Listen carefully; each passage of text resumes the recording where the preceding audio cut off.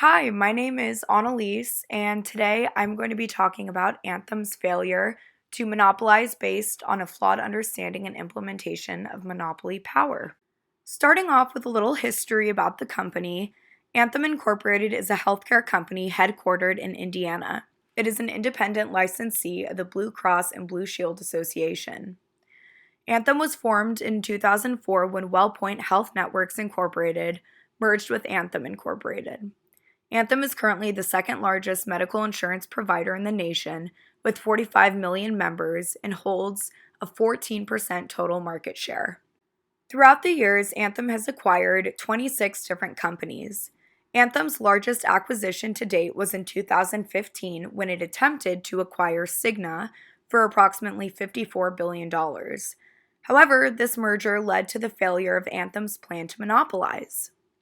A year after the merger was announced, the relationship between the two companies quickly began to deteriorate.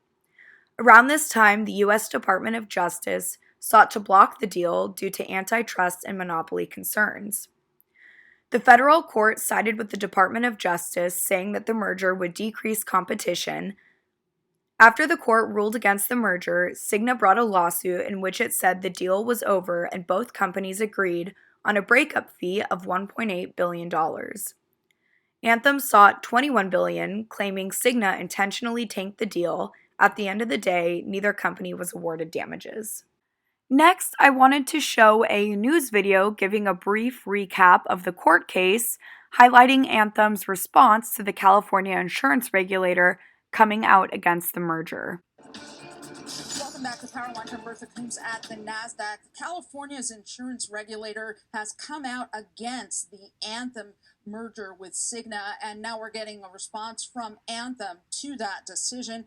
A company issuing a statement saying, quote, "We don't believe that the California Department of Insurance's opinion is based on the true merit of this transaction," and goes on to say that they're confident that the Department of Justice and other state regulators will see the merits of this deal. California's action doesn't actually stop the deal in its tracks, but California, being a very big state, holds the big weight with federal regulators, quite likely, as they consider this deal. And there are many guys on the street who think that this is going to be the tougher of the two major insurance deals to pass regulatory muster. Back to you.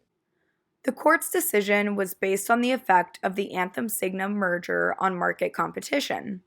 The judge on the case focused on the fact that the merged entity would control 77% of the sector, with similar negative effects to occur in 35 other markets. Even without the merger, Anthem and Blue Cross Blue Shield entities controlled 61% of the health insurance market. Disregarding the Blue Cross Blue Shield entities, Anthem by itself owned 48% of the healthcare market. Moving on to the specifics of the court case, the two types of anti-competitive legalities examined by the courts included coordinated and unilateral effects. Coordinated effects are two competitors overtly coordinate behavior to rise profits above competition when markets already have noticeably low competition. Unilateral effects are when two companies merge to create a monopoly that immediately eliminates market competition in all. The court ruled that the Cigna-Anthem merger would pursue both coordinated and unilateral effects.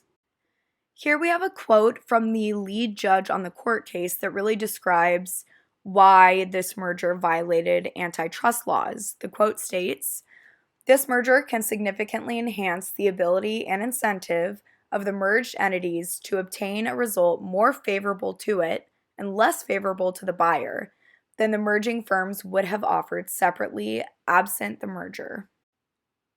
A little more specifically, I wanted to name some of the effects that the merger would have on market and different market competitors. So, the merger would have caused an overall reduction in competitors. It would have caused customer inability to negotiate, smaller opportunities for new competition to join the market, reduced market innovation, and significant harm to large employer groups within major geographic healthcare markets. The merger would have also reduced the number of national insurance carriers from 4 to 3, which is staggering according to the courts. All right, now taking a look at kind of the larger picture of monopoly power. As we know, creating a true monopoly condition is extremely difficult and very rare. Monopolies are technically illegal in the United States, although historically the antitrust legislation is not well enforced. In the free market, there will always be a subset of consumers that want something different and thus resist the monopoly brand. Anthem's attempt to buy a multitude of other healthcare companies demonstrates their venture to dominate the market and give consumers no other option but to purchase their products and services.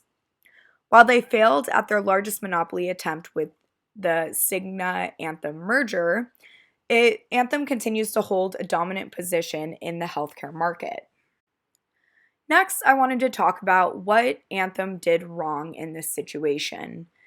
Firstly, Anthem got really greedy with the Cigna merger and overestimated the amount of monopoly power they already possessed in the healthcare sector. This mistake often occurs in companies trying to achieve a cost advantage.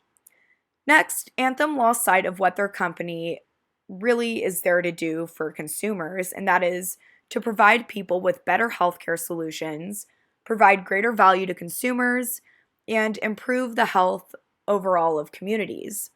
According to research, many healthcare professionals, specifically physicians, have expressed concern that Anthem conspires to fix payments to small practitioners at much lower rates. Lastly, for my closing thoughts, even though Anthem suffered a blow to their reputation, which caused widespread skepticism among many consumers about their ability to truly provide adequate healthcare services, they are still a dominant force in the market. As you can see from the map above, that is everywhere where Blue Cross or Blue Shield is offered in the nation, and they have served over 110 million lives. Their attempt at monopolizing the healthcare sector was luckily stopped by the US court system and received large amounts of negative publicity.